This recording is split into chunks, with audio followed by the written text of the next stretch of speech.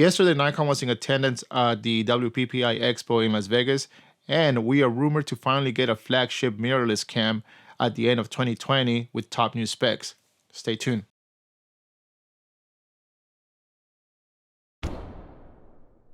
New glass, new firmware, and updated ProRes RAW enabled Z bodies were all at hand at the expo for attendees to play with. Some of the newer glass like the 70 to 200 were available, as well as a f 1.8 20mm glass. All of those were newer glasses that just came out a few days ago or within the last couple of weeks. So those were there. Another news is from Nikon rumors that we may have a new flagship mirrorless cam named the Z8. Due to the fact that Nikon has signed to acquire the newer chip from Sony, the IMX455, with some new top specs of 60 megapixels for photography and 8K video footage. All these are rumors, but if true, we may have a newer body towards the end of this year that would replace the Nikon Z6 and 7 with some better higher pixel photography and better quality video. So the only thing that can top that is the fact that if you can acquire raw internal recording within camera. So some of the Nikon rumors are the fact that Nikon may be actually putting out the newer Z8 with dual SD card slot and a CF Express slot. Also, they may have a better focus system and a vertical grip option. Now, there's a lot of photographers that really love that option to shoot vertical, and if it can have all the functionality of normal horizontal landscape shooting, that would be crucial and a great asset to have in the newer grip as compared to what's available right now. That's something that might be coming out, and if it is, like I said, it would be really welcome. But now, I want to address something that I would personally want, and that's my wishful thinking list.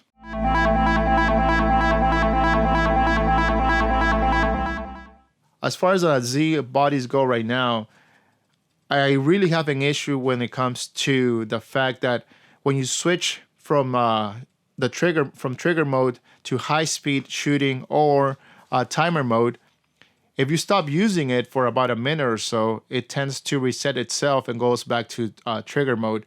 And I don't like that. I would like it to be like it was before in DSLRs, where you had that little knob on top and you just rotate it to the setting that you want it to be at, like timer, let's say. And once you were done with that aspect that you were working on, then you would actually set it back to whatever new function you wanted. And that option, it's sort of gone, I believe, on the Z body, because I haven't found a way to make it my new preset functionality. And if I can have that option back again, that would be nice. But if someone out there knows how to set that to be a permanent feature on the Z body, please let me know in the comments below, because thus far, every time I shoot and I let go of the camera for a minute or so to compose or do something else, I come back to the camera, that functionality is gone and it goes and resets itself back to trigger mode. So that's one thing I would like to see changed. The other thing I would like to see changed is the fact that when you're focusing in the dark or with a low f-stop, the camera tends to brighten up for a little bit so you can focus. But if you somehow lose that, then you need to refocus again when you're composing the shot, and that is something that I would like to get fixed, because I don't use onboard flash, and if I'm not use lights, I use a remote trigger, and that aspect of it doesn't seem to come into effect or work quite well in the system. So that's something I would like to see addressed as well, and hoping that changes. What I would like to see in video is perhaps some internal RAW recording, whether that's 4K or higher. That would be nice, but 4K RAW internal recording at 12-bit, that'll be really nice.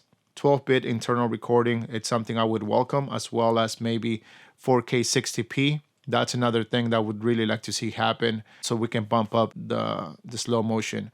Aside from that, the other option I would like to see is if we get internal recording in RAW at 12-bit, then it would be nice if we can also get external recording, maybe bump up the bitrate to 14 or 16, so we can get a higher dynamic range. Maybe we can push 3 to 5 stops of light at that aspect. So That's what I would like to see in video. And as far as glass goes, we would like to see more lenses that are 1.2s.